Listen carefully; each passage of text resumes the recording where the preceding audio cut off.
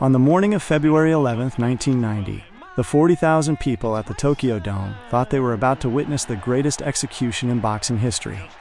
In one corner stood Iron Mike Tyson, with 37 wins in 37 fights, knocking out opponents with pure fear before they even left the locker room. In the other corner was James "Buster" Douglas, a man whose name most people didn't even know how to pronounce. At the time, most Vegas sportsbooks wouldn't even take bets on this fight.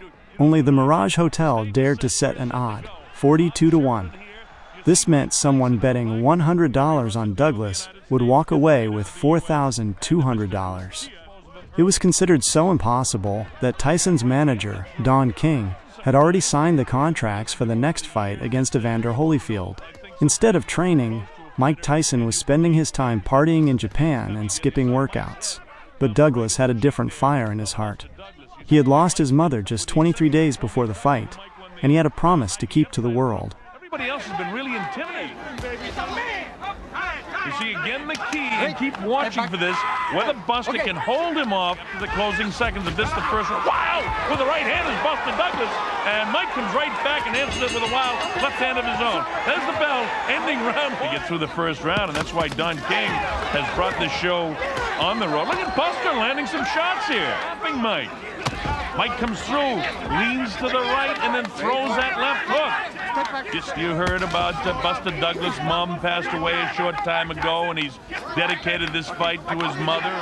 Probably would be scored more even by the judges because they wouldn't pick up immediately what Mike at any time lands that big shot. And that's the exciting thing about the heavyweight division, because once you're talking about Octavio Miran, oh, an uppercut got through that time by Buster. Look at that here. Well, one thing for sure, he's come to fight. Okay. Going and then catch up with him in the later rounds with the big shot. If that's the strategy, then it's working, because let's see how it goes here. Round three, Mike looks like he's got the adrenaline flow going a bit better. Buster Douglas has landed over 50 punches, and Tyson's landed only 16. The second round in favor of Buster Douglas. See Mike much more aggressive, but again, Buster's Octavio Miran, the third man in the ring. Mike inside, he grabs on and holds. You see right there, and that prevents Mike from doing it. Oh, there's the left hook that got through. That's the first real telling blow by Mike. Instead, it's Buster coming back. Mike paws and lunges. Hey, this is round four. Bob Sheridan here. We're in Tokyo, Japan. Saul landed that big left hook, and then he goes headhunting with the right hand, and that's what Aaron Snowell told him in between the third and fourth round. Some pretty good hand speed. And for some reason, Mike doesn't seem to be into it. Can he keep that left going? Oh, well, see, there's a right hand that gets through. I'm talking about the big question. Wow, that's the great thing about the heavyweights. It's always sudden death. Of course, styles make fights, and you see, oh, there's Mike missing that big left and just grazed to Douglas, and Douglas answering with loaded up shots of his own. The bell rings. Everyone expects one of Tyson's famous first-round knockouts. But something is wrong. Douglas isn't backing down. Standing 13 centimeters taller than Tyson, Douglas uses this advantage perfectly. Whenever Tyson tries to get inside, Douglas's left jabs land like a sledgehammer on his face. By the third and fourth rounds, confusion and swelling begin to show on Tyson's face. Tyson's corner was so unprepared that they didn't even bring an end swell, the tool used to reduce swelling in a boxer's eye. They resorted to filling a glove with tap water and holding it against Tyson's eye. This was the moment the Tyson myth began to crumble, both physically and mentally. Douglas wasn't just fighting, he was dominating Tyson. Is Mike having an off night? You don't know. I mean, because again, coming up to the closing seconds of the fifth, and this is certainly Buster Douglas' round. All right. And Buster not taking any of the shenanigans from Mike.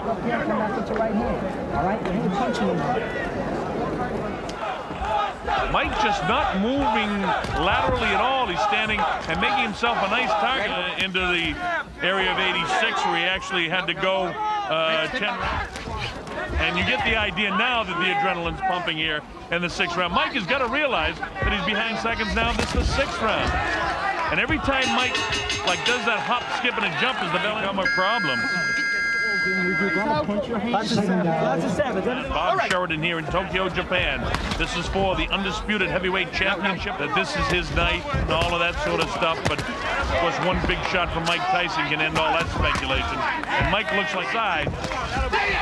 Buster trying to get off with a kind of half right-handed uppercut that time.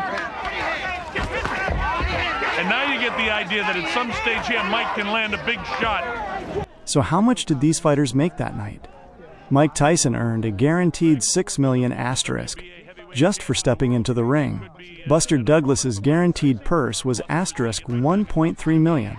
However, with win bonuses and broadcast revenue, Douglas ended the night with a total of $3 million for a man whose previous career high was $200,000. This was a fortune. Now, the right hand behind it. Let's see if we can get back to that. Oh, instead Mike lands a pretty good right hand of his own inside. A little abrasion by his left eye. Wow, with the left hand is Buster Douglas.